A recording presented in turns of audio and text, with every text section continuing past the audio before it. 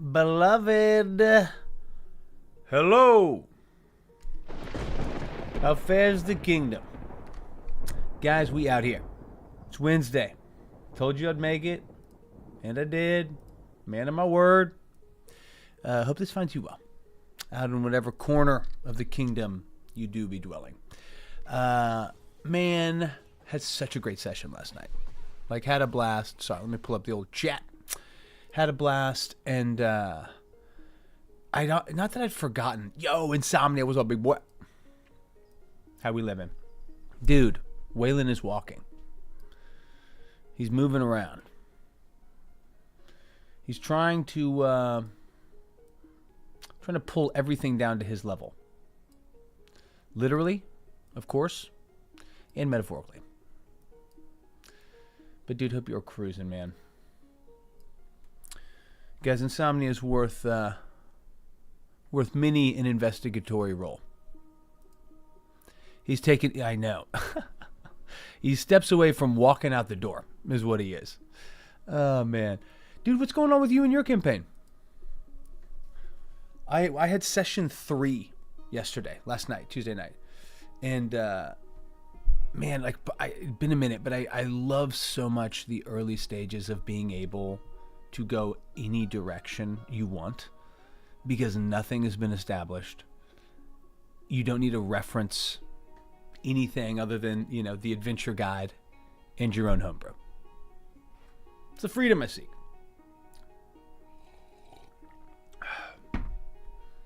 But dude, I am just like really loving Dark Sun. So here's kind of the recap, guys. Although, now that I completely forgot about this. This is a big part of what I needed to do here. You guys know, of course, coconut trees. How many monkeys? And this is a jam, but we'll hold on that. Coconut trees, probably my greatest work. Yeah? They'll be laying me low in the ground, and the pallbearers will be like, should we play coconut trees one more time? Hey, monkey! At which point I will, of course, rise from the casket under the control of some dark power. But I fatherhood's been such a trip, man. But one of the many boons has been finally having an audience upon which to test this bopping kids album. And man, we made this song. It's called the Thundercloud Polka. It's like an Italian like polka. It's a hippo father and daughter trying to make their way through a rainy day. And Waylon is so obsessed with that song. He is obsessed, dude. So with no further ado, this is the hippo polka. We had a version up from, years ago. But then recently went back, tweaked the beat and kind of the... Here we go. Sort of tweak the beat and the kind of structure and mix of a lot of the different sounds. And it led us here.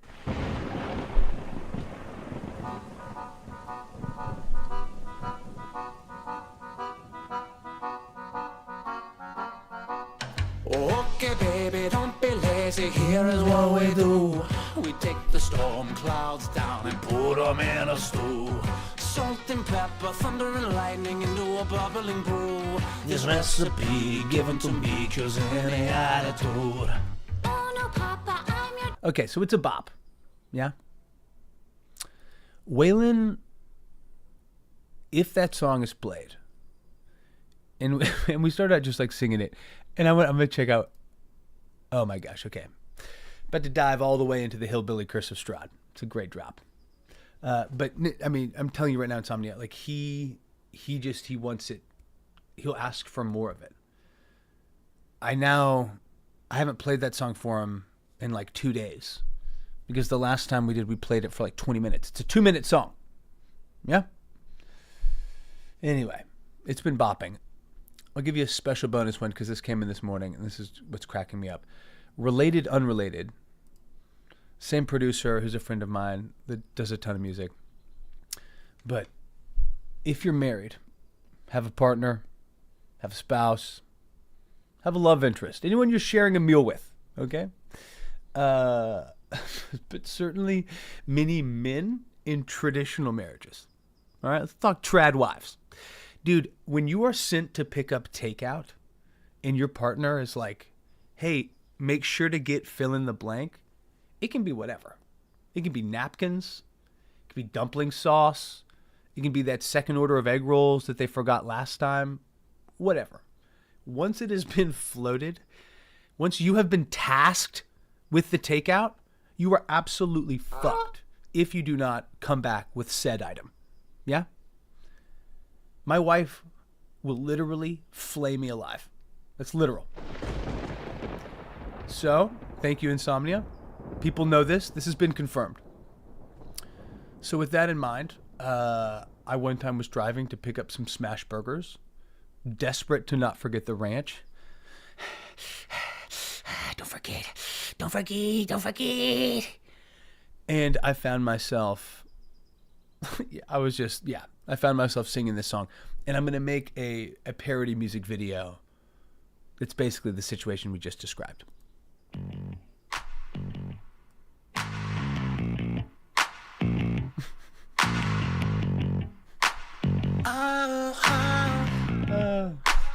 You don't know my wife. Yeah, exactly. You don't know my wife.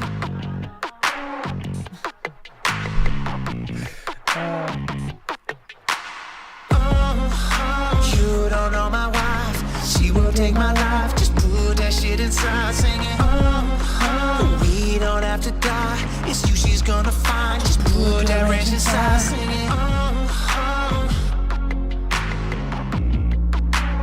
You don't know my wife. Like, is it? I mean, come on, bro, you're so sweet, dude. But can't you just see that? Some guy, it's like just a slow-mo music video. You don't know my wife. You know, he's just like, please, dude. They will kill you and they will kill me. She will kill both of us. Yeah? You don't know my wife. Oh, man. Insomnia, you were too sweet, dude. Listen, I'm really trying to get into the range of doing it for me. If it makes my heart skip a beat, let's do it. Okay, let's see. So Mondays is Fandelver and below, Fandelver and below, got it. And it's going well, got it. Man, I haven't seen the Monday stream in forever. Wednesday tonight is Hillbilly Curse of Strahd. I'm going to be at the Rockets Clippers game. You guys start late, though. I can maybe backdoor that. Hillbilly Curse of Strahd. There's dead in them hills. I like that. I'm in. And Thursday, we just started Dungeons of Drakkenheim.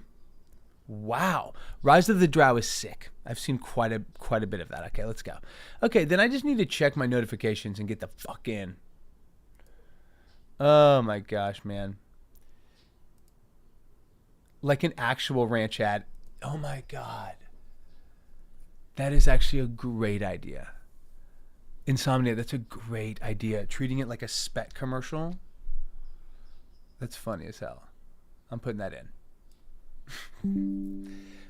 In my mind, like the whole sketch is basically like that kind of bit we heard, right? It's like slow-mo music video, and then it'll come out with the worker in the window being like, all right, man, all right, Jesus, here. Like, take the bag, dude. And like I like rip it open, and I pull out like both ranches. I'm like, thank you.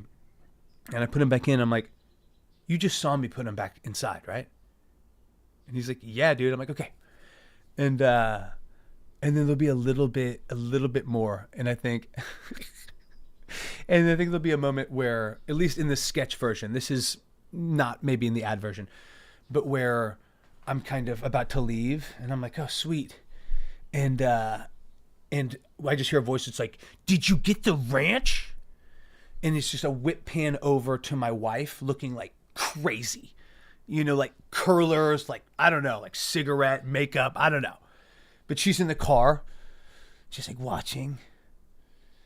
And then it's the hook again, just being like, oh shit, it's my wife. She's gonna take my life, please. You know, we gotta run and hide. You know, I don't know what it'll be, but some shit like that. Exactly, 100%.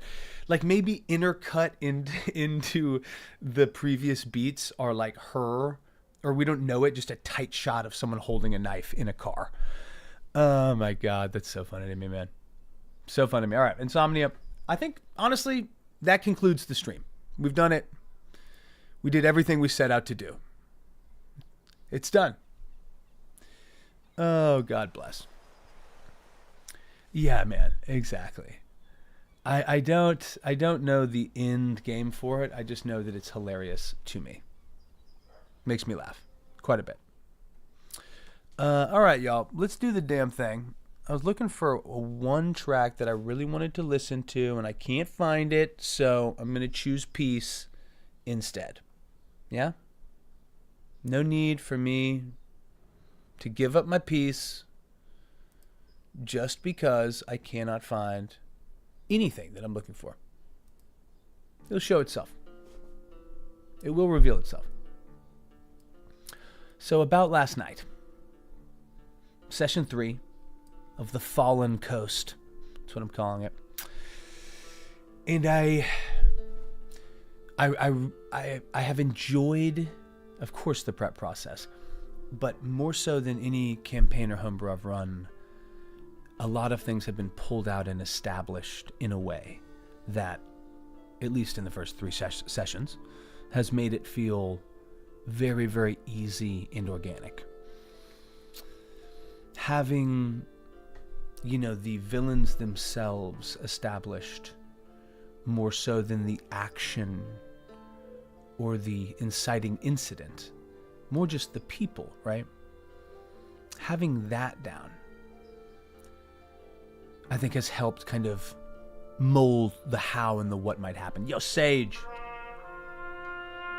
We are officially in. The priest of the East, and by that I mean London. Sage, how are you? We doing all right? Good to have you in, man, on this Wednesday. Session 3 of the Dark Sun campaign last night. Honestly, it was great. Great. Like, it's really nice. I think early stages, you can throw anything down. Nothing's been established. There's enormous freedom as a DM.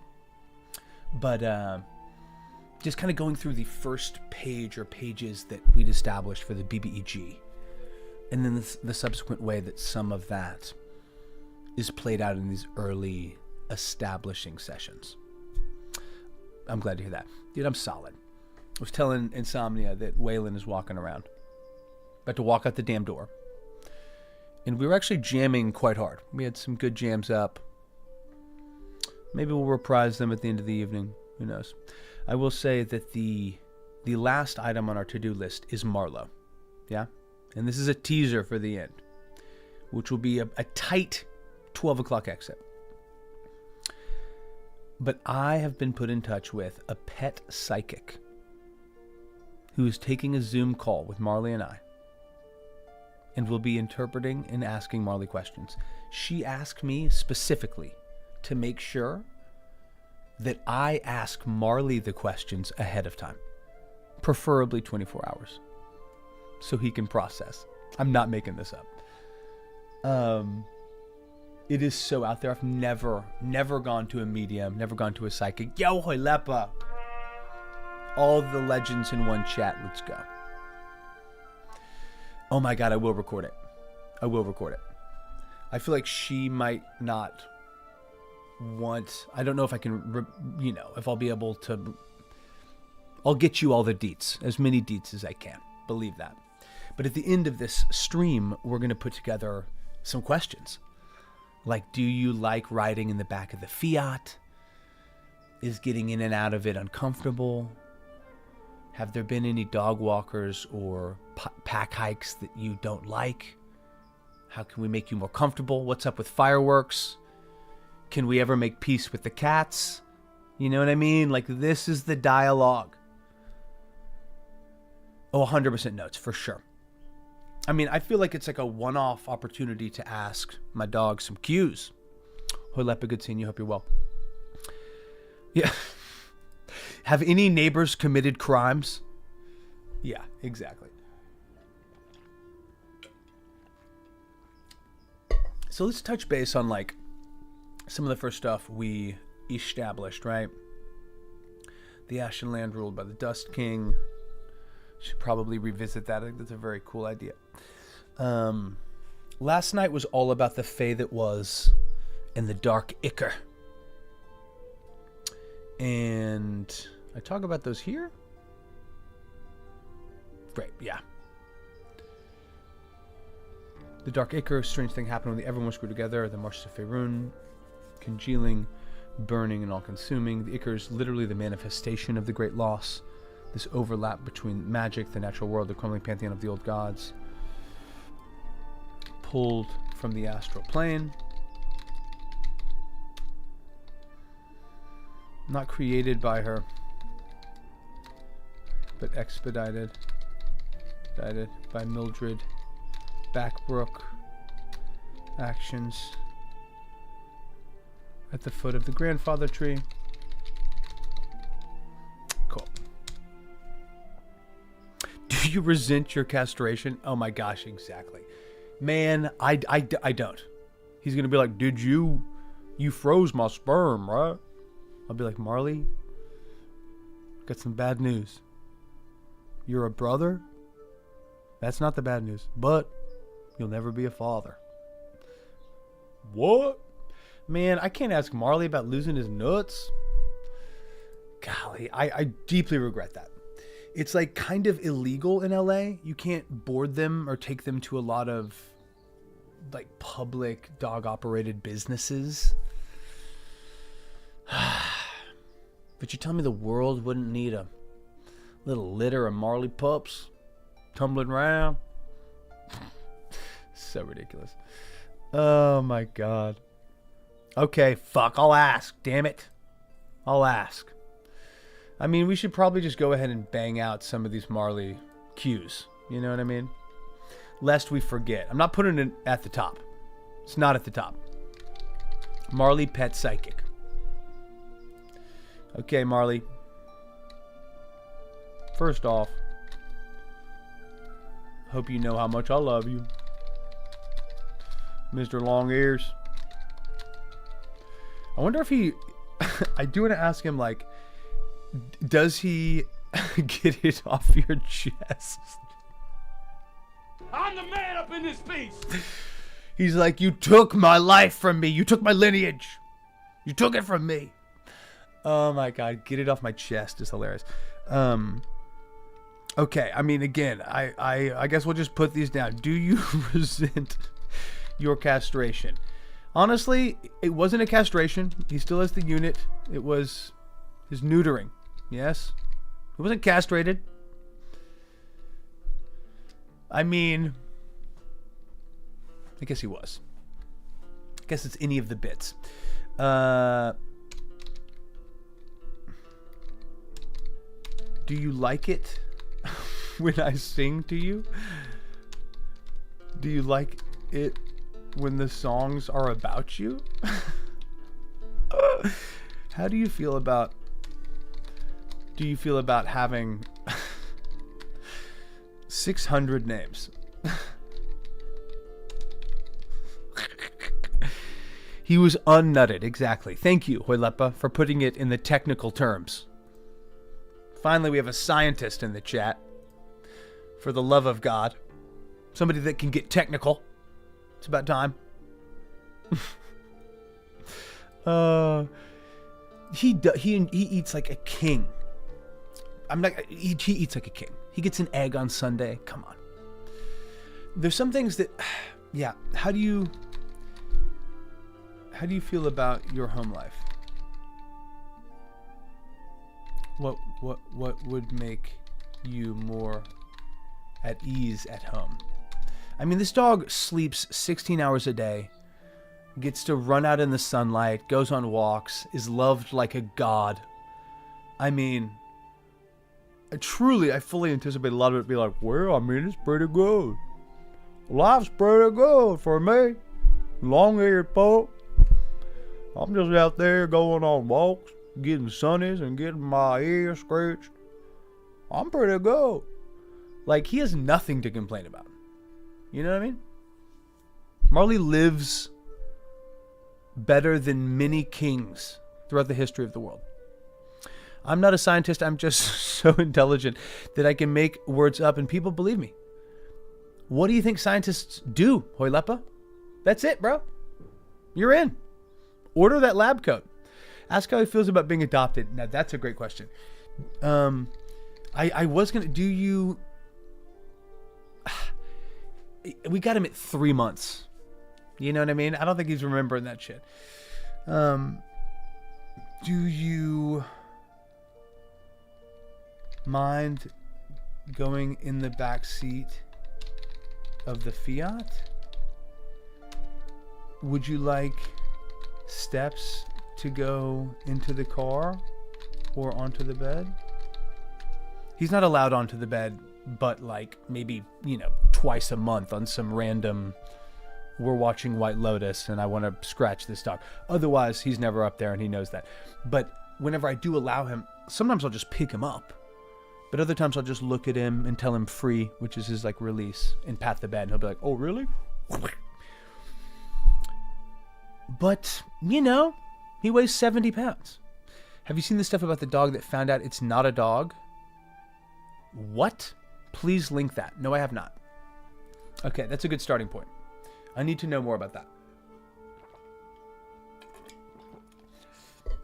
So last night the party was introduced to 2 big intertwined figures in the Fallen Coast. One is like a creature. It's more of like an environment. The Dark Ichor. This substance result. The other is this old woman that was once a young woman, as all old women are, that basically has one of the lead MacGuffins, one of the 4 rings of the 4 sisters. But she currently is like intertwined and part of this Ichor. I said Ichor a lot. Felt fun. Xenotoes. Let's go. Exactly. We are getting to the astral plane very quickly, Xenotoes. You know what's up. Good seeing you, big dog. What are you playing? What's the latest? What high scores have we beaten? Sorry, it's not a human. Yeah, a couple trained their dog with the speaking buttons and gave it a mirror and asked, why not human? Wow. Well, I mean, that sounds like Circle of Life type stuff. You know what I mean? Mass Effect 1 epic. Yeah, no, I'm solid. Life is very busy and I feel stretched thin, but so much of it is with good stuff, or at least stuff that I'm like, I am accepting I'm accepting this as part of later good stuff. Link to the video. Okay. I will bring this up separately and perhaps revisit it at the end of the stream. This is unbelievable. This is insane. Already I'm like, this is too much for me to even like consider. But Xenotoes, appreciate you stopping through. Makes a difference between scientists and government corporate. Got you. A real scientist, 1, find new materials to work with like carbon. 2, find solutions for problems most people don't even see. Totally. And then find ways to make it expensive.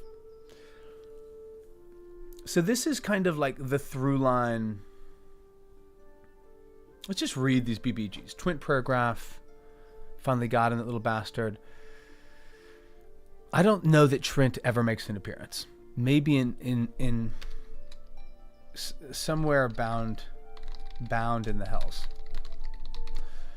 Lucario Chestnut, this level 10 wizard, this sort of altruist. Is it just a front, right? Seems like it probably is, but basically in a world that was ruined by magic, what would it take and what would it look like for wizards to try to turn a new page in terms of public opinion? Like, magic is forever fucked, so what do we do about it? And I think she will... Yeah, we met her in episode 1 where she was sort of offering anybody that needs mending, any pots, any weapons, any clothes, bring them to me and they will be mended. And she more or less is like, hey, the mages of the White Sun got your back. But do they? Then, of course, we have everyone's favorite NPC. Honestly, after my pallbearers carry me out and Coconut Trees is blasting through the cathedral, I imagine we're like in the Duomo in Milan as I'm being laid to rest with the other greats.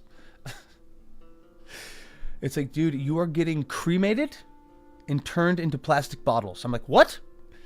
All right, very well. But we got Darkstep, dude. And Darkstep will be my legacy. That's what I was working towards. A turtle from deep space who has assembled an automaton army seeking 1 million worth of diamonds. Unbelievable. Seeking 1 million gold pieces worth of diamonds. Looking for the devilish fiend Telkun, which someone ironically, Red Sage, battled and slayed. Shout out to Sage and his dice. For they be mighty. Maybe she's on the way as a magic entertainer like the smoke figures Gandalf did. Ah.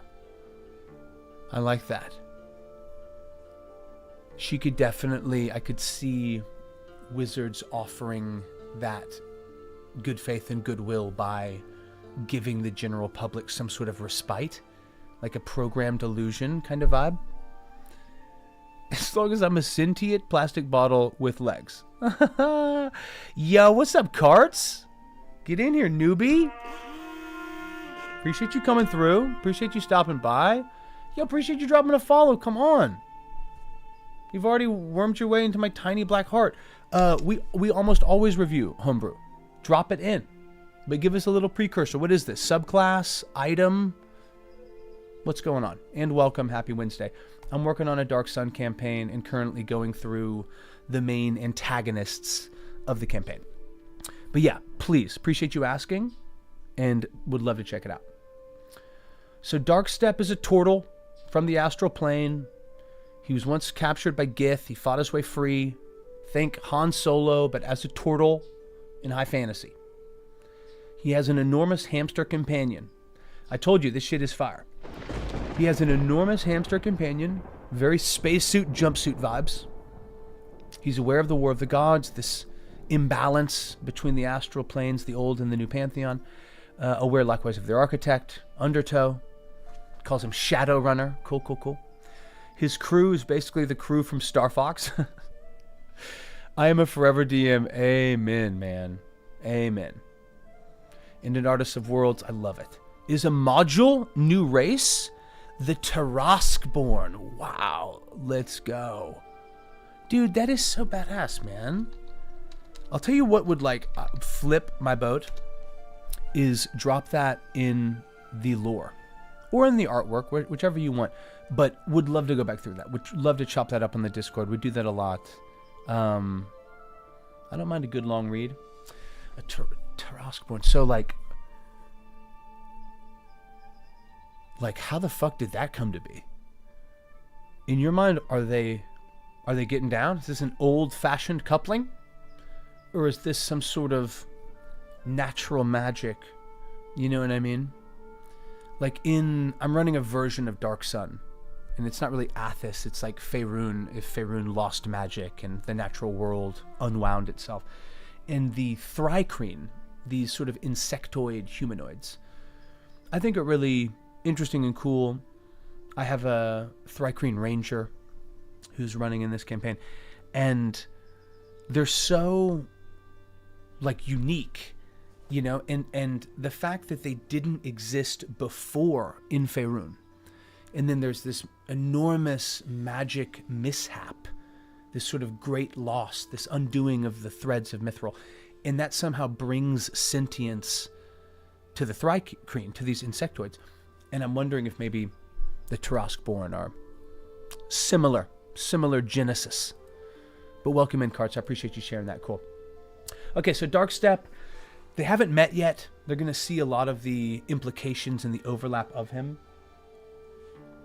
So this is sort of, you know, they're hearing about space. They're hearing about these rings from the planet Helig, a deep set and humid climate similar to Earth, only accessed in and out of the astral plane. He searches for other pockets, searching for a way out. His crew found themselves strangely sentient, similar moment to what I described. their land awash anew, magic running through every stream and blade of grass. They harness this power, sewing it together like easily twisting vines into machines of immense cohesion and possibility. The idea being that if in Faerun there was this gigantic magic mishap, magic undid itself, it drained from the world, and with it the climate, the ecosystem, the rivers, the exchange of carbon and hydrogen in the natural sort of cycle was disrupted and forever changed.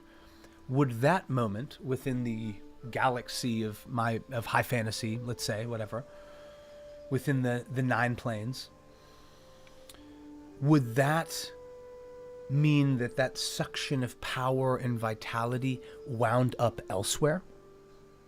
That's kind of how it's like playing out for me. The magic from the great loss found itself in Helig. The magic and vitality.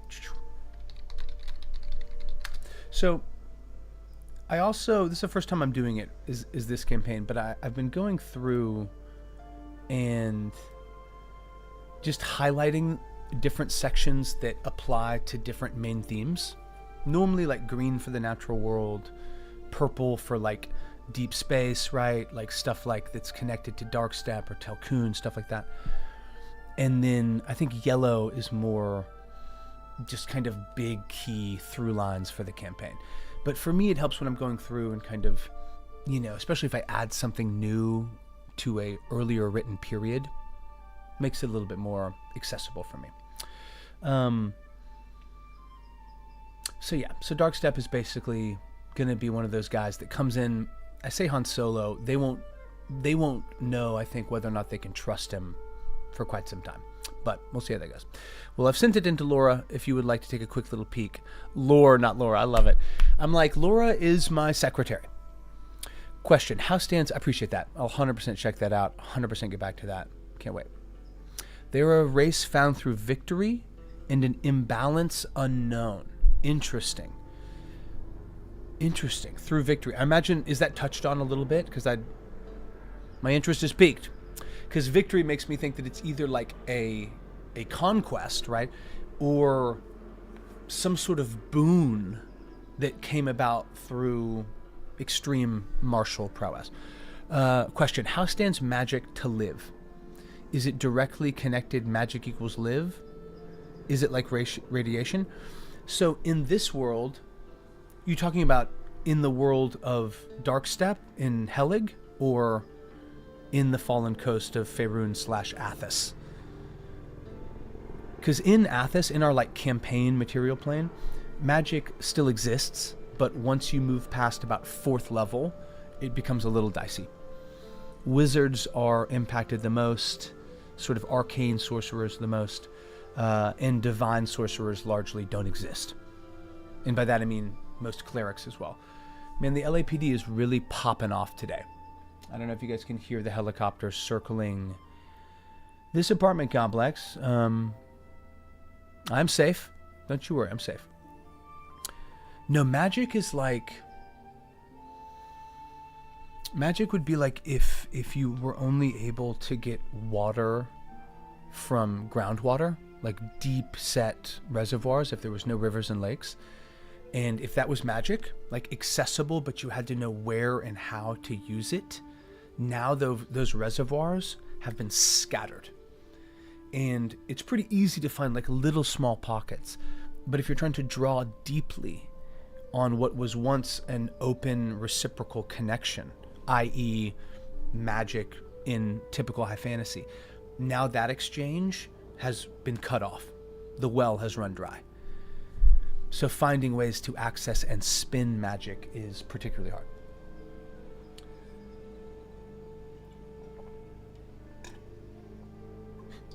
Thereafter, you were trying to get you to know they got you for 1 million worth of diamonds. Wait a minute, I that's great. It all started with the 5 of the first hunt. 1 million worth of diamonds? Dude, that's what Darkstep is after. It's hilarious. Terrasborn, are they something like dragon sorcerers? Check out the Discord. I don't know yet. People trying to gain the power of a Tarask. It sounds like maybe, right? Victory and an imbalance unknown. Okay, so he basically, this place he's from, Helig, became super duper magical. He crafted some of that into more or less a ship of tangled vines and rough-hewn stone. His ship is made out of Ioun stones. We'll just again kind of have that, no big deal. Background: enslaved by the Illithids, part of a collection of beasts brought from the material plane and magically imbued with sentience. Used as a literal conduit, a looking glass, a walking lens of the arcane eye. Darkstep was used almost like a satellite floating in the astral sea. I'm like using his shell, right? Which is this weird, like reflective, refractive substance. All very high space, and I do mean high space fantasy. No, it goes in depth in the Discord. Love it. If you read it, you will die. I will 100% check that out. So he was enslaved, he broke free, he escaped, he liberated some of his comrades. Now they're all kind of shipmates, and they vowed to sow peace and freedom across the astral. He blames it on Telkun and Shadowstep. Undertow.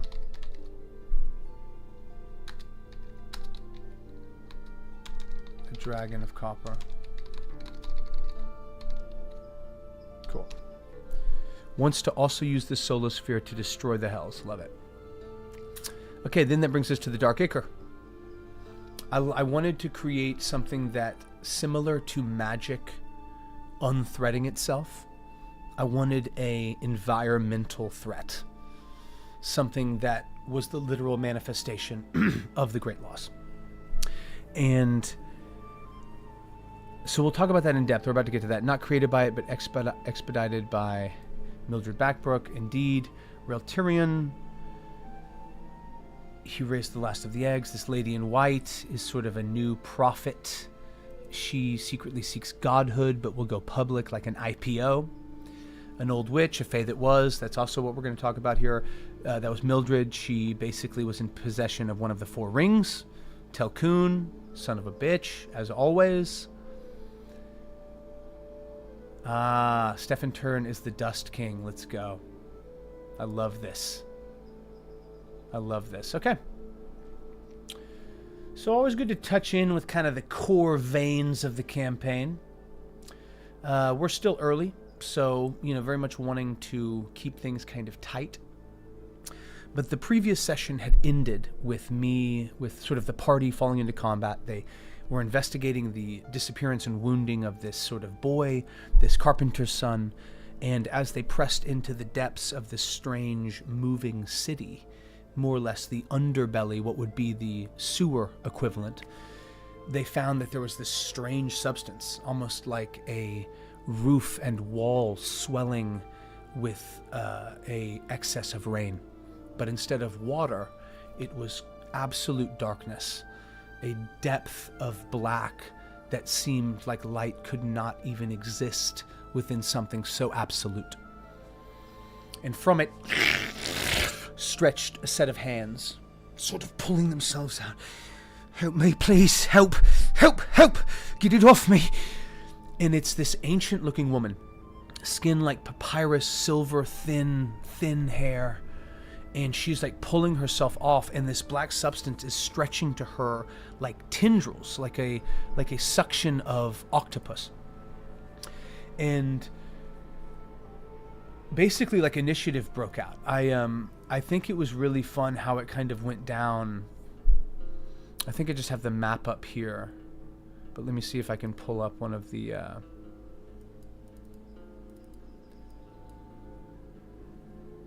interesting.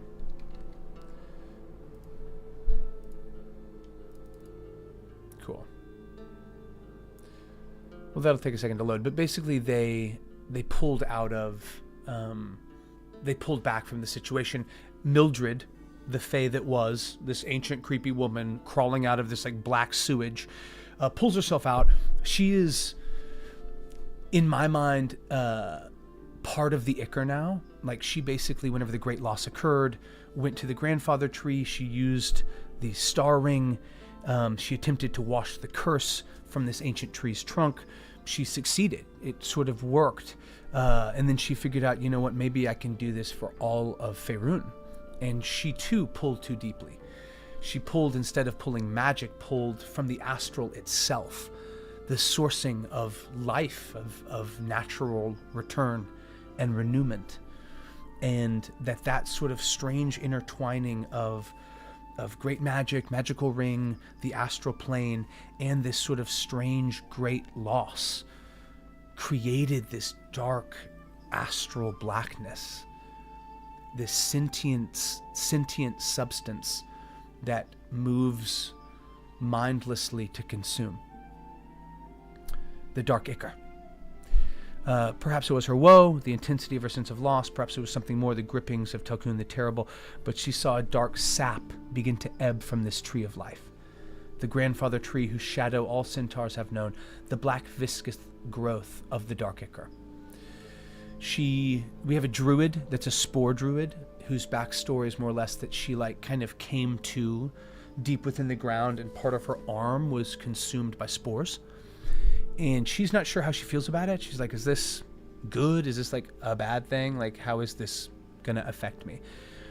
But I gave her a nature roll and she rolled well. And I described it as in the same way a grove of trees might share nutrients or communicate, or in that same rolling uniformity that a field of wheat will bend in unison to the stretching of the wind.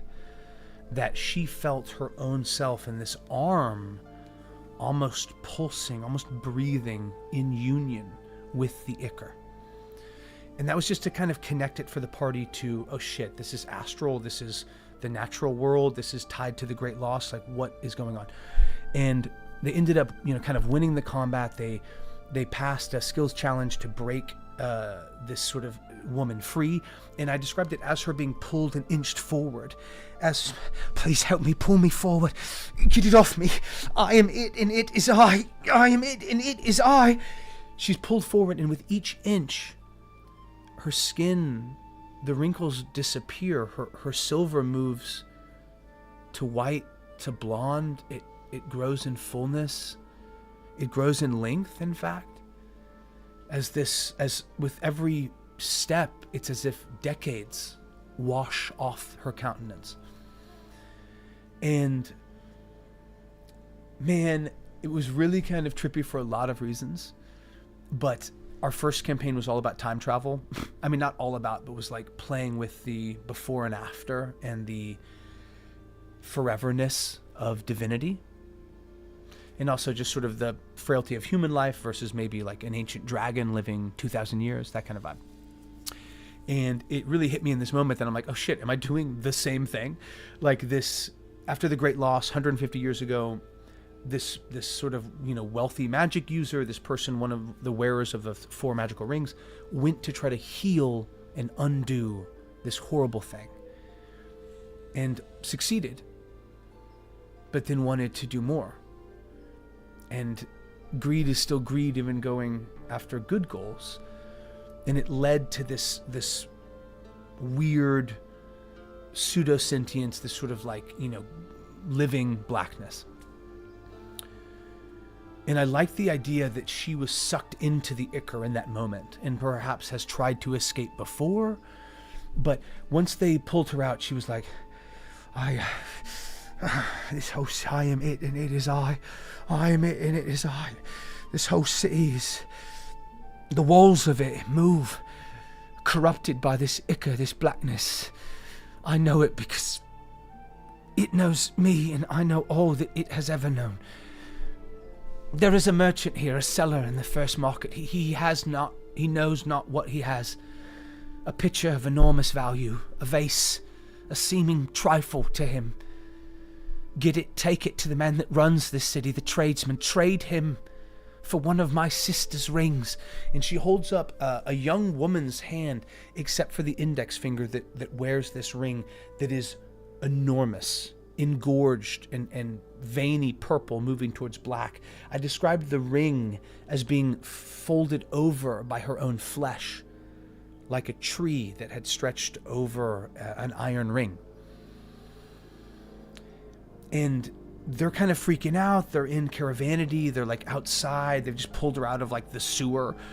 They throw a cloak on her. They go back to one of the PC's sort of houses. He's from Caravanity.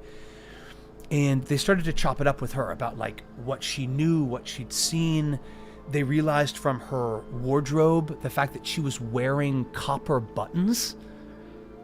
brass buttons. But the idea that in Athos, in Dark Sun, a place where iron and metals are all but lost, that someone would use that precious of a material for a wardrobe, it like sent ripples through the party. Where they were like, oh fuck, is she not from... So wait, does she... So she's from when the Great Loss happened. And it basically connected them and really kind of galvanized them to the idea that maybe they could undo the Great Loss themselves, right? Which is like kind of the goal of the fucking campaign.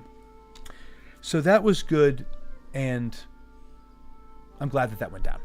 But it was kind of one of those things where I was like, okay, because we put down all the protagonists and sort of played with the how and why of it, originally I thought that, you know, the Fae that was would come out and like, please help me. There is a cellar here. Bring me my sister's rings, and that she wouldn't even get out. But they were so adamant to pull her out that I basically gave them a skills challenge. They succeeded. But I still had them be like, she's like, it won't last long. I won't be here long. Listen to me. Take heed of my words. And it really set up a situation of like, time is of the essence. And once she sort of disappeared, the last thing they tried to do was cut off her finger where this ring was. And they succeeded. So let's fucking go. Kind of got people like pumping, got them rolling. For using chronomancy. Now we're talking. Birds of a feather. One of the 5. Okay, I love it. So like what you're describing now is the lore attached to this sort of new race, right? This sort of like created race. Absolutely love that. So where this set up the party, right, was them needing to kind of figure out, like, are they going to go and jump on one of these adventure hooks, more or less, right? And I, perhaps selfishly, would love for them to go and deal with the tradesman, because that is the sort of very cloaked head merchant that runs the traveling city of Caravanity. Which, if you know Dark Sun, you know that, I mean, yeah, magic is based on, you know, defiling and preserving. There's not much of it. There's not much of anything. Resource, education, trust. And so Caravanity is sort of a conceit of mine that is more meant to be this exception, this like traveling oasis of you know, merchantocracy, of bartering, trade, and sale. And it's run by a man that is a sort of traveling sort of tinker from Campaign 1. A man known as the Shambling Man. The Shambling Man! Oh! Don't you try to come and you don't swindle me, I swindle you. All right? Listen to me. And the Shambling Man is a certified G. But he, partly because this PC hated him so much, but the Shambling Man came to really love the party in Campaign 1. Particularly this one PC named Slight, our Way of the Open Hand monk. And Slight was killed. Big rips. And I want that sort of had a really intense changing moment on the Shambling Man. And so now when we meet him, he's sort of a man. The spark has been out of him for some time. Now how does a human live 156 years? Don't fucking ask. I got a bunch of magic items, you sons of bitches. But the life has left his eyes. and the light has left his life. Because partly the world has undone itself, but the things that he held precious, traveling the world, selling his wares, maybe helping the odd adventurer and receiving some help in turn, those things have evaporated. And even Caravanity, that first began as like a bastion against this lawlessness, this theft and death, that has sort of been corrupted like the cellars outside the tabernacle, where it's now become so cutthroat of bartering, of you can only, people can only enter and leave by way of declaring what they're buying and selling. It's super duper lorded over. And part of that is to make it functional and safe, but the spirit of it, the market, the open walllessness of it is gone. But for the party, I expect it to be a very much an oh fuck moment, where they're like, oh shit, is that the Shambling Man? He's like the king of Caravanity? So we'll just have to see like how that kind of plays out. I think that we left the session with them basically going to try to barter with this fruit seller that had this inconspicuous pitcher. It's magic yet cloaked against detection, and it is going to be a modified... What the fuck is that? A modified alchemist jug. It will be capable, if you spend a first level spell slot or higher, of pouring forth water or oil. No mayonnaise. And I think it'll just be a fun option. Basically what this does is like kickstart the campaign a little bit, but because Mildred, the Fae that was, like only had a little bit of time when she popped out of the Ichor, it created this dynamic of her being like, listen, this Ichor is in the walls of the city. I am it. It is I. I saw this thing and I know what it knows, and this thing is magical, but the guy that has it doesn't know that. If you can get it, maybe you can barter with the man that runs this city, because he holds in his hand and collection one of my sister's rings. They need the 4 rings to be able to access this telescope that will then crack off the second part of the campaign. And so it's like, so they're basically about to get this pitcher, and they're, I think, going to go before the tradesman and potentially offer it for him in return of one of the rings. And that will just be very satisfying and fun, because it'll be the Shambling Man from campaign 1, but now his heart's broken, and a whole new set of player characters, right, that don't know him or anything about him and have to kind of cow to his status. But everyone at the table knows that this dude like loved the old party and was chopping it up. So it should be a fun it should be a fun meta experience. Now, will it be? Only the gods themselves can say. But I think it'll be a blast. But what it'll also do is set up early in the campaign a crossroad, a critical choice and decision from the party, where they basically will be like, okay, we're in the fucking desert. We're in the wasteland. And now we have a magical jug that can pour forth water or oil, that's fine, but water. I mean, hard to put a price on that. They also know that getting these rings together appears to perhaps have the potential to restore the natural world, the natural balance of things. At least that's what Mildred said, this ancient fae that's like trapped within this dark Ichor. And I think that there will be, I think they might go immediately and trade it. I think part of the party might hesitate and be wanting to potentially use the jug because they know how hard travel will be in finding water, etc. You know? And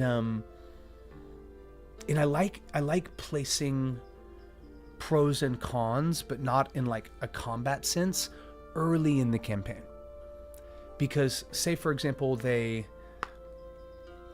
help out Mildred, right? And they then see her again. They maybe free her a second time from the Ichor, and they have another, truncated conversation. If they got the pitcher and didn't sell it, will that impact the relationship with this fae? I think probably. But those are kind of the these sort of breaks in the flow of the water that I think are really fun to allow the table to decide, and also feel to me very truthful and thus engaging and organic. You know what I mean? One of the ways to rescue the world could be a way to create an artificial spring. Create the blueprints and spread the knowledge. That's dope as fuck. Yeah, how would that work, Hoylepa? Like, perhaps using this jug? Is this kind of what we're thinking? Let me know on that. Give me 2 seconds, guys.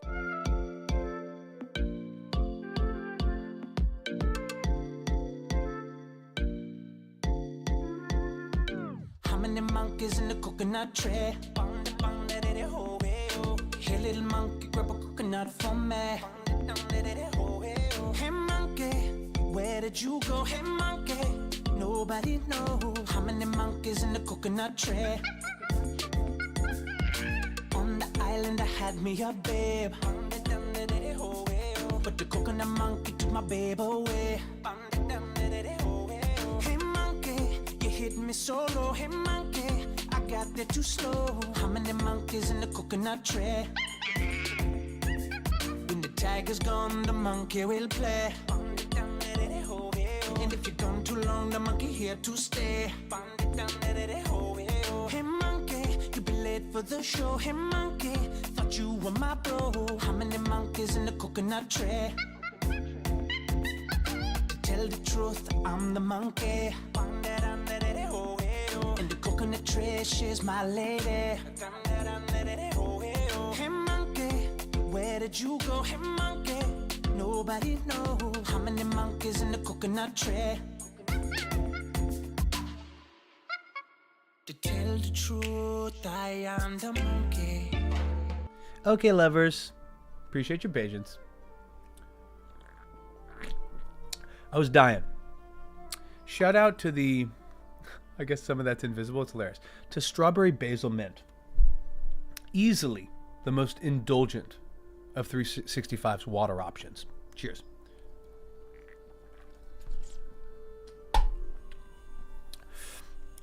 Create the blueprints. That was a thing in 3.5. Basically, there was an endless water horn. They did take 20 of them and created the spring to create artificial things in the desert. Wow. Screenshotting that for the Chat Hall of Fame. I really like that. Interesting. So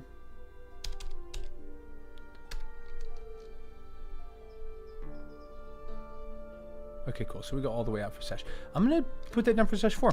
We'll see. The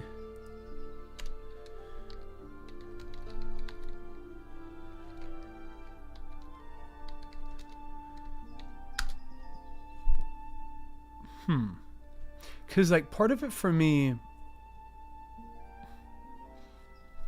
like that's one of those things, and I love that Hoylepa, but that's one of those things where like I think that can so easily be added. You know, that's an idea that can simply be presented almost like this is a theory, this could be done, that then could just sort of leave the hook in the party's hands, right? If they respond to it, if it seems like something they want to do.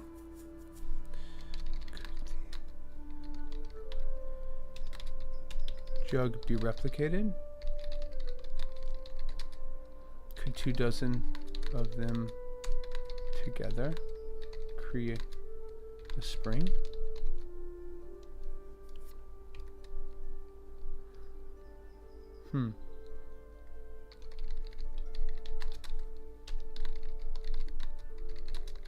By the Lady of the Black Rock. Cool.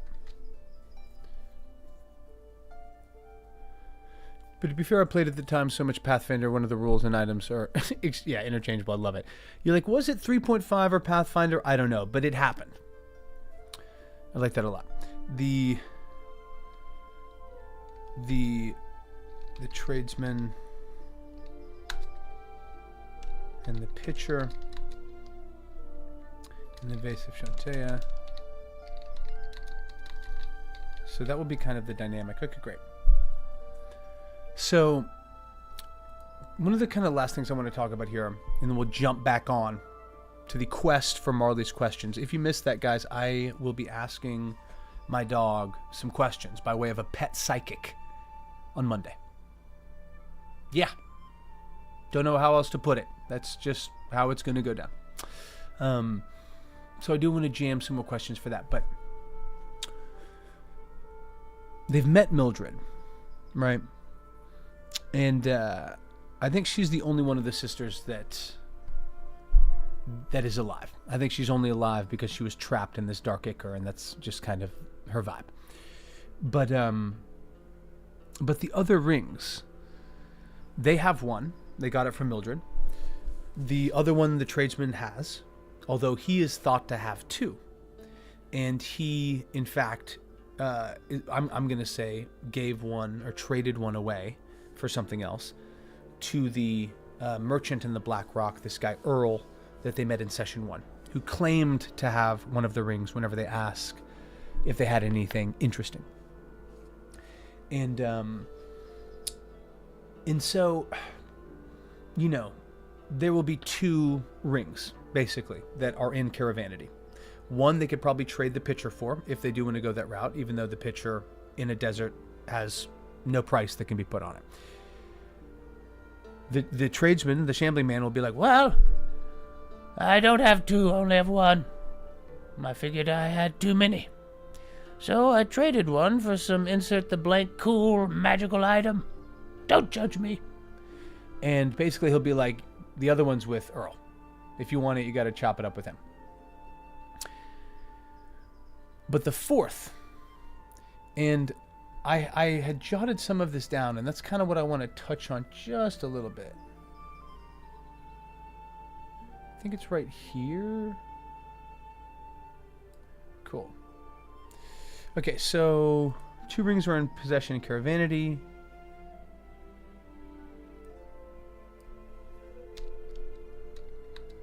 Held by the shambling man and Earl.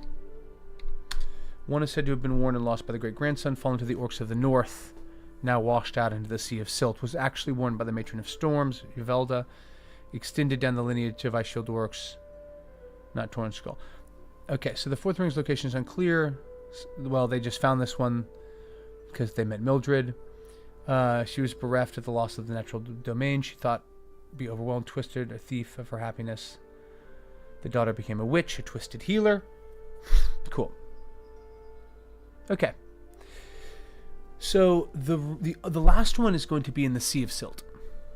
And that to me is just cool. I think it will force them to go there, to go that direction. They also have discussed and seem interested in finding out where the grandfather tree was. And seeing if they could find like a ancient map that could perhaps be cross-compared, and they could get a modern equivalent of where they might find this supposedly magical tree. Yeah, Sea of Silt. Silk would be badass, but honestly similar effect. It's sand so fine and so deep that you literally need to traverse it in flat-bottom boats. It is treacherous and absolute, but it's a Dark Sun staple. So and I'll just bring up a map. Like I feel like this would be helpful. The Sea of Silt is basically on the right side of this map. And let me bring up a slightly better option here. A little bit better option here. We got options here. So the Sea of Silt, huh? Whoa, it's a big punch in.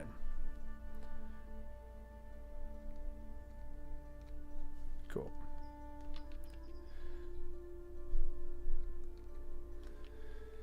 They're basically down here on the Forked Tongue, but all the way to the right? We've got the Isle of Bones. You've got all this sort of wild stuff. And I mean, I'm playing this like this area basically used to be the Dissaran Valley and stretched past that. Now it is just like absolutely infertile, eroded wasteland by way of the Great Loss. Okay. So the Four Sisters, the last one will be there. I think we probably do put it on the Isle of Bones. Like, that to me just seems cool. There's also Lake Island in here. There's this this area over here called the Mountains of the Sun. But to me, I think the best way to do that is like, they can go to the tradesman. He has a ring. He could make it happen. They could barter it out. He'll be like, Earl, I traded it to him. He's got it. It's not weird at all, dude. Hey Monkey's a bop. Hey Monkey is a bop. We'll play out some of the bops. Dude, it's on Spotify. If you need it. If you need it, I got it. Come on, man. Help me make a fraction of a penny. It's out there, dog. And I'll tell you what. If you got kids that love to dance, sprinkle a little monkey on that. You know, yeah, no, it's a bop. Waylon also loves that one, but he loves the Italian polka even more, to the point that I can't really play it, you know? But I love it nonetheless. So they can get one from the tradesman. They can get one from Earl, but Earl's price was 4 lives, none older than 20. Is that too steep a price? How are they going to navigate that? They have the third ring, but the fourth is going to be, connected to the lore of the first campaign a bit, but will be awash on one of the islands in the Sea of Silt. And that is kind of one of those later TBDs, because once they have all 4, they'll have to come back to where the Solar Sphere is kept, which I think is Balak, is Everland, basically. So I'm pretty pumped. Like, I feel like within 3 sessions, we have a ton down.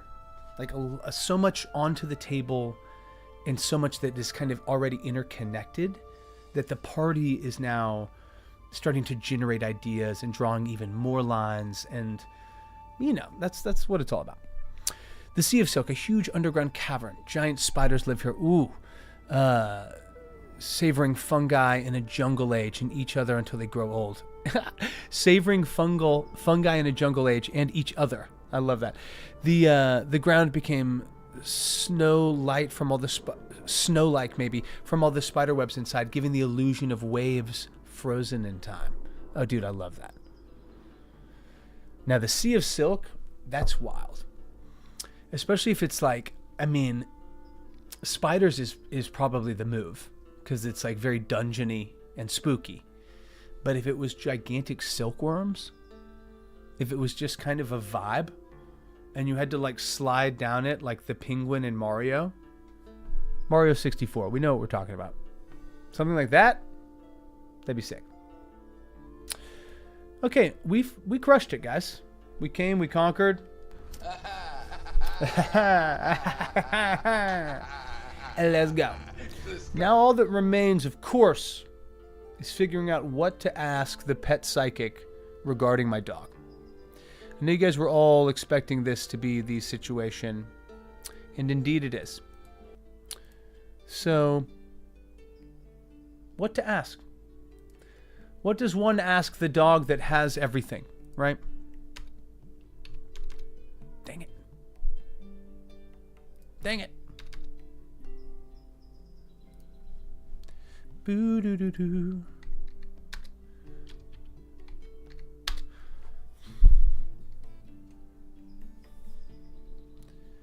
Is anything you need more of? Do we do anything regularly that upsets you? All these seem like kind of, I don't even know how to put it, like sort of codependent. And not even to be in judgment of myself. I'm more, I do want to know if there's anything he needs. I'm sure there are, many things that regularly upset him, because I'm like, no, you cannot eat that. No, you little hoglet. But what other queries do we have, right? And as we do that, should we just bop on this real quick?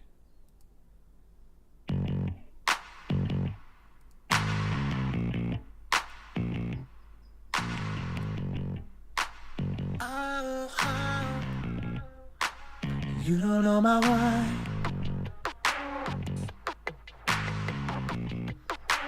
You don't know my wife. It's gonna be back in that system, dude.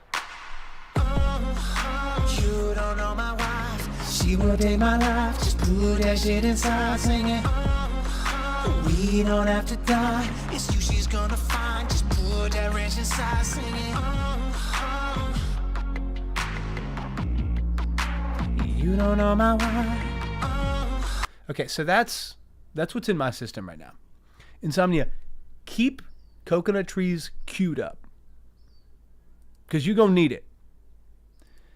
It's going to be like 4:38 p.m. You're going to be in the middle of reaching for something off a shelf, and you're just going to hear, "Hey, monkey." It's a bop. That is the best ranch ad ever. Insomnia, I'm dead serious. I'm following up on that. Following up. Okay. What else to ask more?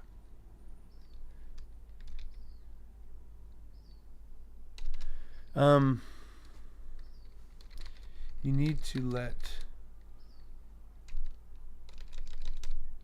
How do we put you at ease around cats? How do we put you at ease around huskies or dogs on leash? He's very, very cool. But 2% of dogs in the world, he's like, what the fuck? What the fuck? And not that he tries to rush them, he's just like really hyped. And I hate it. And I don't really get it because he's good with almost all dogs. Do you resent your neutering? God damn it. Do you like it when I sing to you? Obvious yes. Do you like it when the songs are about you? Huskies just talk shit. I honestly, I like huskies because they're like such just like working solid dogs. But I do consistently feel judged by huskies. A lot of side eye. That's my only critique. Do you like it when I sing songs? How do you feel about having 600 nicknames? How do you feel about your home life? What would make you more at ease at home? Do you mind going in the backseat of the Fiat? Would you like steps to go into the car or onto the bed? I like it.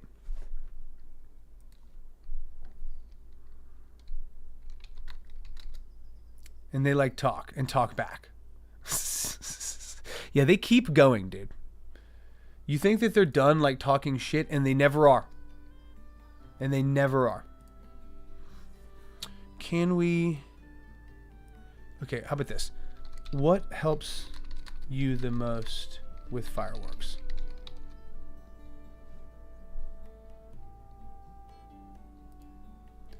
What's the best way to move past a sound or someone at the gate? Ask him if it was possible if he would like a lady friend.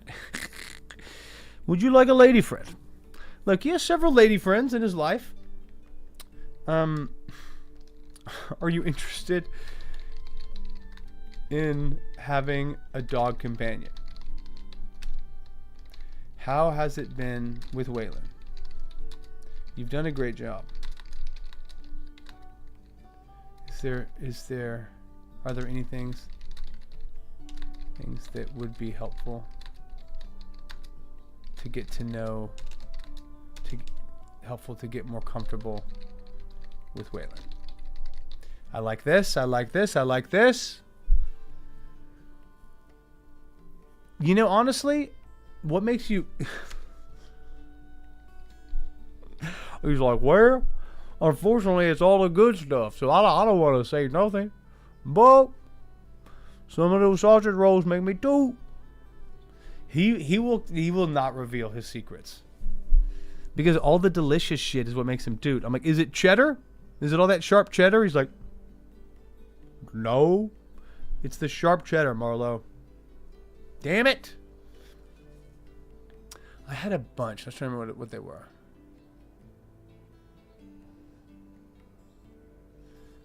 Do you know how much we love you? I have wondered, like, if he misses his family. Would you like us to get another dog? We're not going to get another dog, so I don't know if I should even ask that, you know? What is your favorite nickname?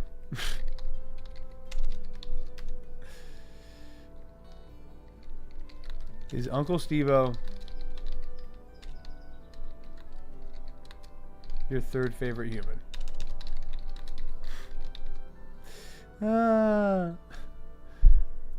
Right? I'm 100% going to ask him that. Is there a secret? Yeah. Are there any secrets that you know?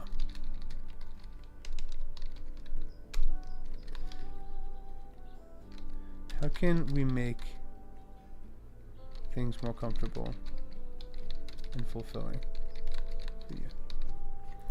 I mean, I'm making this sound like he is on suicide watch. Like, Marley has the best life you could ever hope to have. He's the best life, all right? Rest easy. Marley's good, dude. Marley lives better than the Duke of York. All of the Henrys, all of the feudal kings of England did not live as well as this dog. Many of them didn't even live as long. We out here. Do you want to hurt your owner? Huilepa, how dare you? Are you interested in a career in dogfighting? Do you ever want to enter the pit fights of Tijuana? Oh my gosh. Where is your favorite place to be pet? That's a great one. That is a great question.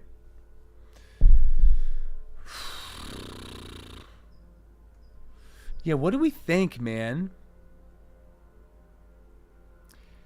Yeah, well, both have requested the questions beforehand, right? And she told me, make sure